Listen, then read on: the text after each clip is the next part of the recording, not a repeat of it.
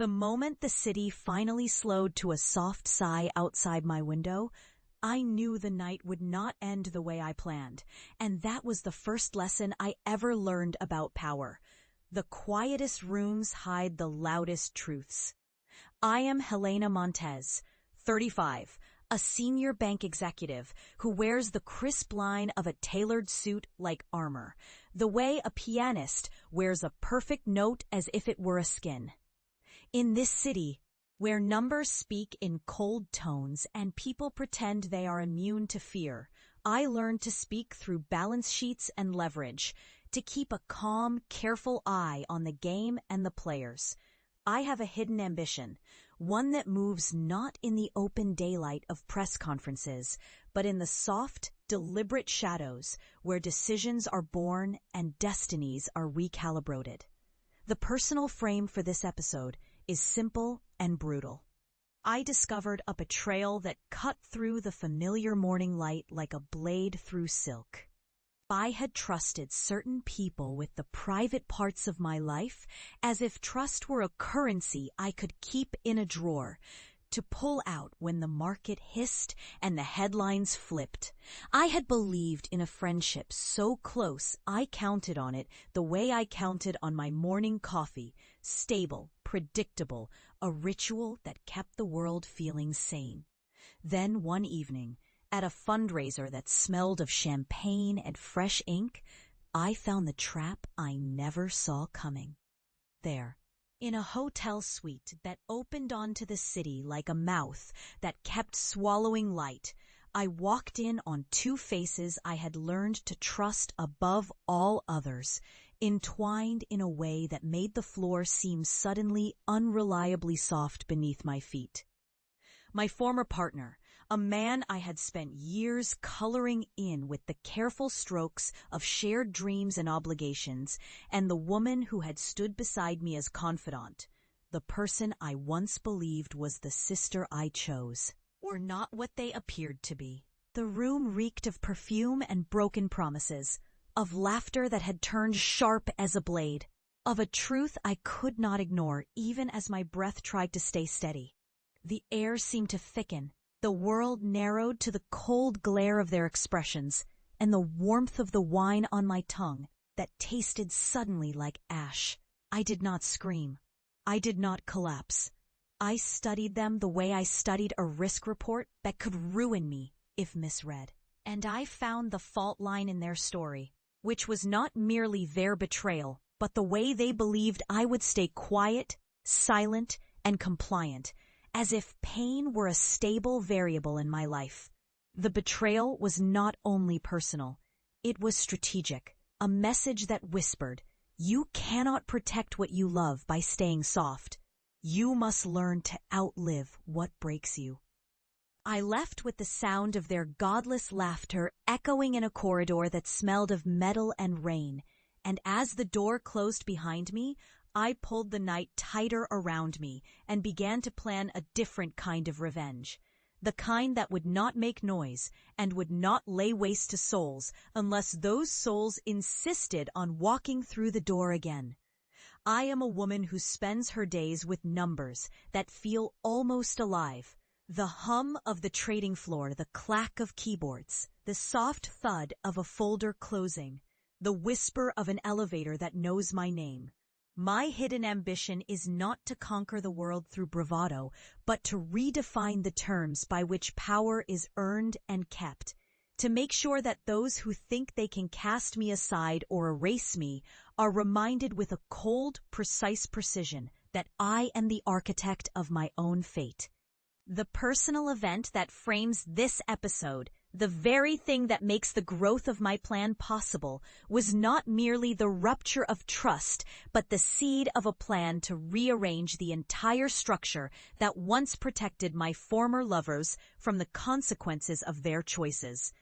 They believed I would crumble into a storm of tears, that I would let the hurt drive me into the arms of someone who would comfort me with silence.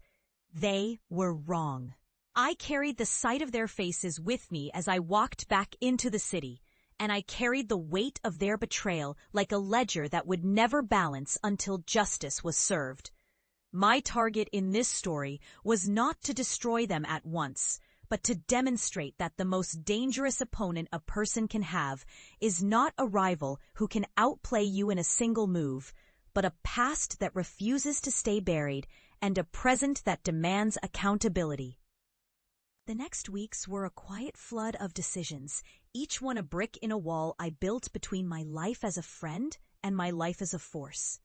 I took long walks through the high towers of financial glass, letting the cool wind whip the scent of coffee and rain across my cheeks, letting the memory of their laughter turn into a taste I could swallow and still speak softly when the room asked for a smile. I recalibrated teams.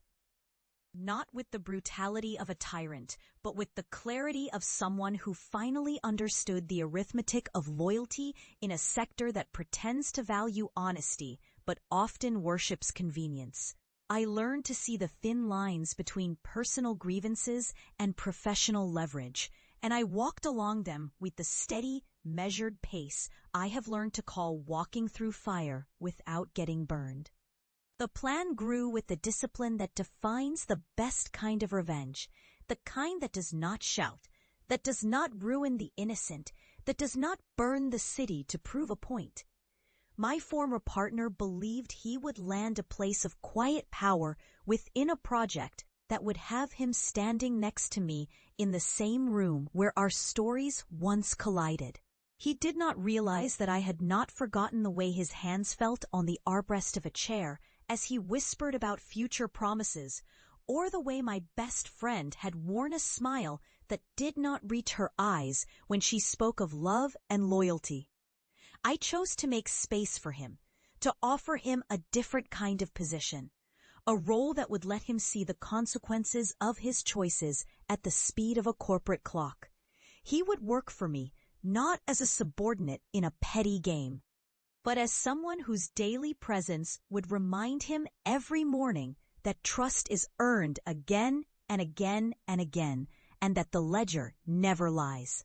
I offered him a job in a unit that he would find dull at first, a place where the work was precise, repetitive, and vital, the kind of place that eats away at pride until only discipline remains.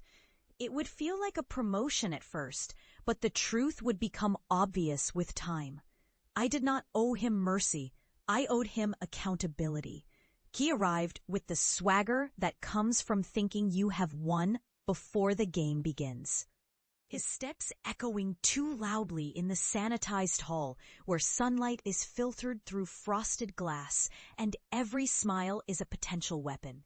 He tried to bring his old charm into the room, to pretend that our shared past could form a bridge between now and then, but I did not grant him the privilege of a familiar nickname or a climate in which carelessness could thrive. I spoke to him in measured sentences that carried the quiet heat of a furnace, and I watched as the old confidence you could hear in his voice turned brittle, as if he were discovering the texture of fear in real time. The months unfolded like a well-choreographed dance in a ballroom where the music never stops and the tempo never loosens. A dance in which I led with a steady hand, and he learned the hard way to follow. He performed the tasks I assigned with a level of precision that would have impressed the man who taught me to count. And he learned quickly that the game had changed. There was no glory in it for him, only the taste of consequence, a daily reminder that the people he had underestimated were the ones who could walk away with the whole room if they wished. Meanwhile, I stood firm in a way that surprised even me, the kind of quiet firmness that does not shout about justice, but makes sure it lands where it belongs. The truth he had tried to bury by climbing into an alternative life with someone who shared his appetite for easy rewards came back to him in the cold dawn of a boardroom meeting, where the numbers spoke for me, louder than my words could ever carry. I did not need to humiliate him in front of others, not when the act would be more satisfying if it happened in the way a machine self-corrects after a fault, by revealing In a single, unadorned moment, the misalignment between ambition and character. That moment came when the data confronted him, when the projections showed the balance he struck between ego and efficiency. An echo of his old bravado was not enough to secure the future he imagined.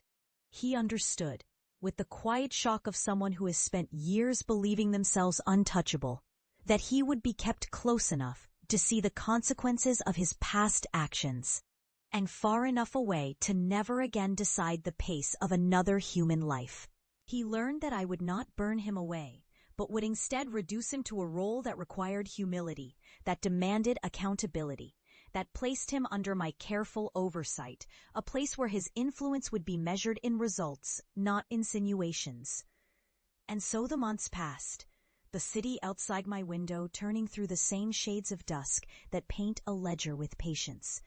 I continued to climb, to shape, to reframe what a woman can be when she refuses to apologize for the power she has earned with late nights, early flights, and the quiet, unflinching discipline of a mind that refuses to blink when the stakes are the highest. I did not destroy him with a single act. I did not broadcast the heartbreak of the past like a signal flare, because revenge, I know, does not demand fireworks. It demands inevitability. The final act would be simple and cold and undeniable. The knowledge that he would always report to me in the same way a student does to a teacher. That I would always know where to find him, what he could do, and what he could not. It is not enough to wound someone who betrayed you. One must also prepare them to live with the consequences of their choices. To wake each morning and remember that their fate is now a function of someone who refused to be a footnote in their story.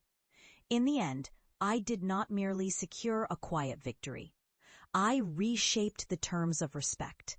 The man who betrayed me learned that the person you think you can always outmaneuver is the one who can decide what you are worth in the real currency of power.